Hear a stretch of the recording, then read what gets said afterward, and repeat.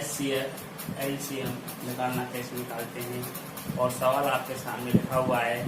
सवाल है आपका 336 और 54 का गुणनखंड करने हैं, उसके बाद HCF करना है और LCM करना। इस प्रकार से आपके ये तीनों चीज़ आपको निकालना सिखाएंगे आज। निकालने से पहले आपको हमारा चैनल सब्सक्राइब करना है, सब्सक्राइब करें और शेयर करें और इस प्रकार से आप सवाल देखें। देखिए गुणनखंड कैसे करते हैं। 336 है, पहले आप 336 लिख लेंगे। 336 में आपको गुणनखंड करने इनके, और गुणनखंड करने के लिए आपको क्या आना चाहिए, भाग आना चाहिए। और भाग आप जानते होंगे, और भाग आने से पहले आपको पहाड़े भी आने चाहिए, और पहाड़े भी आप जानते होंगे क्योंकि कक्षा 10 के विद्यार्थी भाग और पहाड़े दोनों चीजें जानते हैं। देखिए अब इसमें 336 लिखा हुआ है और 336 के आप गुणनखंड करने हैं, तो गुणनखंड कैसे करेंगे। पहले तो आपने नियम सीखा 2 का पाड़ा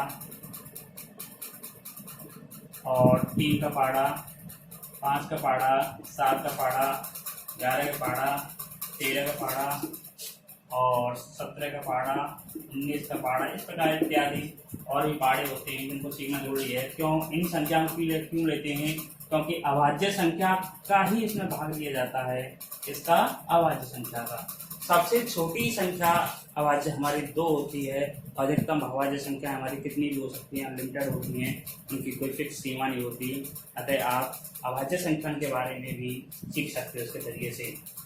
तो देखिए हमारे पास जो है लाल में जो संख्या लिखी हुई है वो ये हैं 2, 3, 5 जो भी लिखे हुए इस प्रकार का बस संख्या बस लिखी हुई हैं। तो देखिए इसमें अब किसका पाड़ा जाएगा, तो इसको देखने के लिए हमें क्या है, पीछे का अंक देखना होगा। पीछे का अंक हमारे पास क्या दिया हुआ है, 2 दिया हुआ है। पीछे का अंक हमारे पास क्या दिया हुआ है, 6।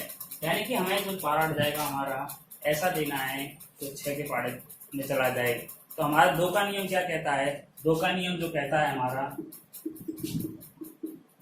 2 का नियम कहता है कि संख्या के अंत में 0, 2, 4, 6, 8 या फिर कहें इकाई अंक 0, 2, 4, 6, 8 दी गई हो उसमें 2 का पूरा पाड़ा जाता है। अब देखेंगे इसके संख्या का अंक क्या हो रहा है, 6 हो रहा है, इसका इकाई अंक भी क्या है आपका 6। अतः हमारा इसमें 2 का पाड़ा पूरा चला जाएगा।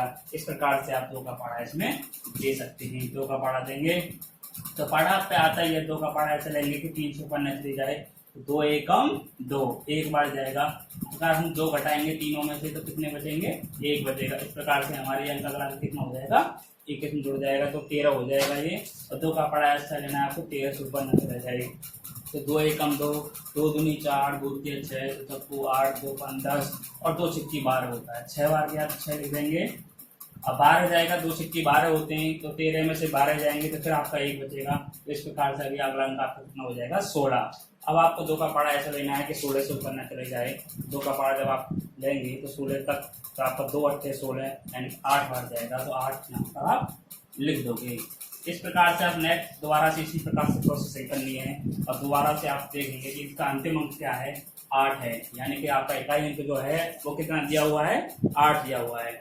तो हमारा नियम क्या कहता है, संख्या के अंत में या तो 0, 2, 4, 6, 8 हो, इसका इकाई अंक 0, 2, 4, 6, 8 हो। तो हमारा जो 8 है वो इसमें मैचिंग कर रहा है, ये हमारा 8 इससे मिल रहा है, इसलिए इसमें 2 का पाड़ा पूरा जा सकता है। अब 2 का पाड़ा देंगे तो उसमें देंगे 2 का पाड़ा आपको ऐसा लेना है, एक मिल जाएगा नहीं तो अंक लेते हैं हम, तब 16 हो जाएगा। तो 16 में 2 का पाड़ा देंगे तो कितनी बार जाएगा, 8 बार। 2 8 16। तो इसका इस प्रकार आपका जो पाड़ा जा रहा है पूरा जा रहा है। अब अगला अंक लेंगे, आपके पास 8 बचा है तो 8 में भी 2 का देंगे तो कितनी बार जाएगा, 2 चौके 8, 4 बार जाएगा तो 4 लिख देंगे। अब आपको क्या करना है, इसमें फिर आपको 2 का जा रहा है क्योंकि 2 का नियम तो आपसे कहता है 0, 2, 4, 6, 8। तो अब क्या इसमें आ रहा है, 4 आ रहा है क्योंकि 4 यहाँ भी है। इस प्रकार से आप 2 का पाड़ा फिर दे सकते हो। इसमें 2 का पाड़ा देंगे तो 2 का पाड़ा आपका कितनी बार जाएगा, आपका 8 बार, 2 चौके 8। अब देखेंगे 2 का पारा कहाँ देंगे, 4 में, तो 2 का पारा देंगे 4 में, 2 एकम 2, 2 दूनी 4, 2 आ जाएगा। अब फिर देखेंगे आपके पास जो 42 आया है, इसका इकाई अंक क्या है, 2, और इकाई अंक हमारे नियम में क्या बोलता है, हाँ 2 है, इकाई अंक है 2 है हमारे पास, और 2 है तो इसमें 2 का भी पढ़ा जा रहा है, यानी फिर 2 का जा रहा है, फिर 2 का देंगे। इसी प्रकार जब तक 2 का जाएगा तब तक 2 का ही देंगे, क्योंकि सबसे छोटी संख्या अभाज्य हमारे पास 2 है। पहले छोटी संख्या का भाग देते हैं, उसके बाद बड़ी अभाज्य संख्या का ही भाग उसमें देते हैं। देखिए इसमें 2 का देंगे तो 2 दूनी 4 और 2 एकम 2, इस प्रकार से जाएगा। अब आपके पास कितना आ गया, 21। अब आपने देखा एक अंतिम अंक आपके पास क्या है, 1 है। अब 1 का पारा 1 में तो आप दे नहीं सकते, क्योंकि 2 के नियम में 1 कहीं आता ही नहीं है। तो अब किसका नियम लेंगे, अगले अभाज्य संख्या का। अगली अभाज्य संख्या कौन सी होती है आपके पास, 3। कौन सी होती है, 3 ले लेंगे। 3 का नियम क्या कहता है आपका, 3 का नियम कहता है संख्या के अंकों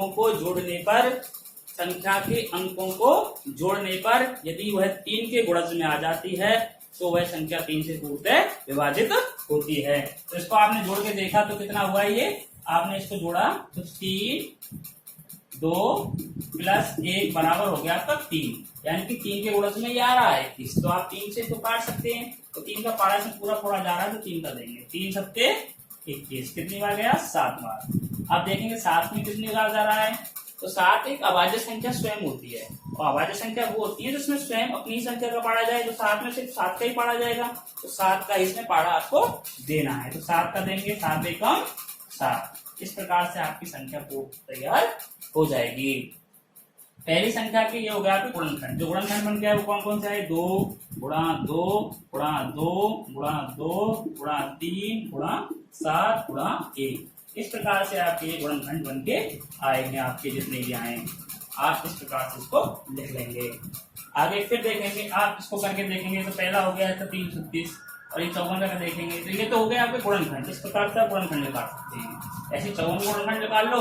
54 में भी क्या देखा है, इकाई 4, और नियम क्या कहता है, संख्या के अंत में 4 हो तो 2 का पारा पूरा चला जाता है, तो 2 से फिर इसको काट देंगे, तो 2 का पारा देंगे 5 में, 2 दूनी 4, 2 बार जाएगा, और 1 यहाँ आ जाएगा तो कितना हो जाएगा, 14। 2 का पारा ऐसा देंगे, 14 से ऊपर चले जाए, 2 सत्ते 14। अब देखेंगे अगला संख्या आ गया आपके पास 27, और 27 में इकाई अंक क्या है, 7, इसलिए इसमें 2 का पारा तो जा नहीं सकता। तो अगला अंक 27 यानी अभाज्य संख्या की कौन सी होती है, 2 से 3 होती है, तो 3 संख्या लेंगे। 3 का नियम क्या कहता है, संख्या के अंकों को जोड़ने पर यदि उनका योग 3 के गुणज में आए तो वह 3 से पूर्णतः विभाजित होती है। अब इन अंकों को जोड़ेंगे, 2 और 7 कितने होते हैं, 9, और 9 3 गुणज में आता नहीं आता, 3 के पाड़े में आता है, तो 3 के पाड़े में अगर 9 आता है तो हम आसानी से इसमें 3 का पाड़ा दे सकते हैं। तो 3 का पाड़ा देंगे तो नाम दिया 9। अब फिर देखो 9 तो पहले से 3 के पाड़े में आता है, तो 3 के पाड़ा फिर दे देंगे, इसमें तो नाम दिया 9, और 3 एकम 3। इस प्रकार से जो आपको गुणनखंड बन के आए वो आया आपके पास 2 गुणा 3 गुणा 3 गुणा 3 गुणा 1। इस प्रकार से इसके दोनों के आपके गुणनखंड हो गए। एक हो गया आपका कितने का, 336 का हुआ, और ये हो गया आपके पास 54 का गुणनखंड। इस प्रकार से आपके पास गुणनखंड आ गए। जब आपके पास गुणनखंड आ जाते हैं तब आप आराम से एचसीएफ निकाल सकते हो, वहीं से आप एलसीएम निकाल सकते हो। अब इसमें से आपको पहले क्या निकलवा रहा है, वो एचसीएफ निकलवा रहा है। तो एचसीएफ कैसे निकालेंगे आप देखो, एचसीएफ बराबर क्या होता है, एचसीएफ चलता है या ऐसी संख्या जो दोनों में उसका पाड़ा जाना चाहिए, तो दोनों के पास वो चीज होनी चाहिए। जैसे हमारे पास गुणनखंड में क्या है, 2 दिया हुआ है, तो 2 इसमें दे रखा है और 2 इसमें दे रखा है, दोनों के पास 2 दे रखा है, तो ये जोड़ा बन जाएगा आपका, यानी एक संख्या आप 2 ले सकते हैं यहाँ से। और अगली संख्या फिर देखेंगे, इस पे 2 है, इस पे 2 है, कहीं नहीं है, तो इस 2 को नहीं लेंगे। जब इस 2 को नहीं लेंगे तो इसको भी नहीं लेंगे, क्योंकि पहले नहीं लिया तो इसको क्यों लेंगे, क्योंकि फिर भी नहीं है 2, तो कहीं इसमें को नहीं लेंगे क्योंकि ये भी 2 है, यहाँ पे भी 2 नहीं है कहीं। अगला अंक देखेंगे, अगला क्या है आपके पास, 3 है, तो 3 इसके पास है और 3 इसके पास भी है, तो आप अगला अंक ले लेंगे, 3 का एक जोड़ा बन जाएगा आपका, 3 ले लेंगे आप। अब देखेंगे अगला अंक 7 है, इसके पास 3 7 है, नहीं है, तो एचसीएफ में ऐसी संख्या नहीं लेते जो एक के पास हो दूसरे पास नहीं हो, तो ऐसी संख्या हम एचसीएफ में कभी नहीं लेते। उस संख्या को लेते हैं तो दोनों के पास वो संख्या आपके पास होनी चाहिए। अब आप अगली संख्या देखेंगे, आपके पास इसके पास 1 है और इसके पास भी एक है, इसको ले लेंगे। इस प्रकार से आपका एक को भी ले लेंगे। अब इनका गुणा करके देख लेंगे कितना आ रहा है एचसीएफ आपका। एचसीएफ जो आ रहा है आपका वो आ रहा है 2 तिया 6 और 6 एकम 6, यानी कि एचसीएफ आपका कितना आया 6। इसी प्रकार से आप एलसीएम निकाल सकते हो। एलसीएम भी कैसे निकाल सकते हो, इसी प्रकार से निकाल सकते हो आप एलसीएम। तो देखो एलसीएम में क्या करना पड़ता है, आपके पास जो सबसे बड़ी घात वाले जो होते हैं वो हम लेते हैं, यानी जिसके पास दो, इसके पास दो कितने हैं, 1 2 3 4, इसके पास 2 1 है, तो जिसके पास 2 ज्यादा होते हैं उस वाले के अंक को लेते हैं। इसके पास 4 है तो इस वाले से लेंगे, ना कि इस पे से। क्यों? क्योंकि ज्यादा वाले पे से लेते हैं। एलसीएम में क्या करते हैं, तो ज्यादा वाले होते हैं ना गुणन, उनको लेते हैं, और कम वाले से गुणन नहीं लेते। तो इसमें 2 आ जाएंगे, कितने बार, 4 बार दे रखा है तो 4 बार आ जाएगा, 2 गुणा 2 गुणा 2 गुणा। अगला में जिसके पास 3 दे रखा है, इसके पास 3 1 है और इसके पास 3 3 है, तो आप इस लगा लेना जिसके पास ज्यादा होता है उसका लेना पड़ता है। जिसके पास 3 है तो इसके पास ज्यादा है, इसके पास ज्यादा है, 54 वाले के पास ज्यादा है, तो इसके से आपको 3 लेना है। 3 ले लेंगे, 3 गुणा 3 गुणा 3, क्योंकि इसके पास 3 बार दे रखा था तो 3 बार लिया। अब इसके पास 7 है पर इसके पास 7 नहीं है। एलसीएम में आप क्या करेंगे, एलसीएम में तो ऐसा नहीं करते हैं, लेकिन एलसीएम में आपको लेना पड़ेगा। जो भी संख्या हमारे पास रह जाती है सिंगल, उनको भी आपको लेना पड़ता है, तो 7 को भी आप लेंगे। तो उसके बाद 1 आपको लेना पड़ेगा, क्योंकि 1 दोनों के पास है ही है।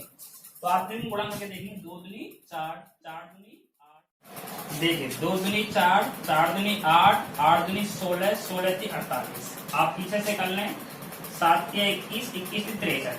अब आपको करना है 48 गुणा 63, तो 8 तिया 24 होते हैं, और 3 का लेंगे, 3 चौक 12 12 और 2 हासिल के हो गए, 12 और 2 14 हो जाएंगे। 6 का पार देंगे 8 बार, 8 सिंह 48 हो जाएंगे। बचेंगे कितने आपके पास, 4 हासिल को हो जाएंगे। 6 का पार देंगे 6 तक 24 और 4 28 हो जाएंगे। 28 का 28 हो जाएंगे। अब इनको जोड़ लेंगे, 4 8 और 4 12, 9 और 1 10, 3 और 1 2 और 1 3। इस प्रकार से आपके 30 24 आ जाएगा, 30 24 ये आपका आंसर आ जाएगा। ये एलसीएम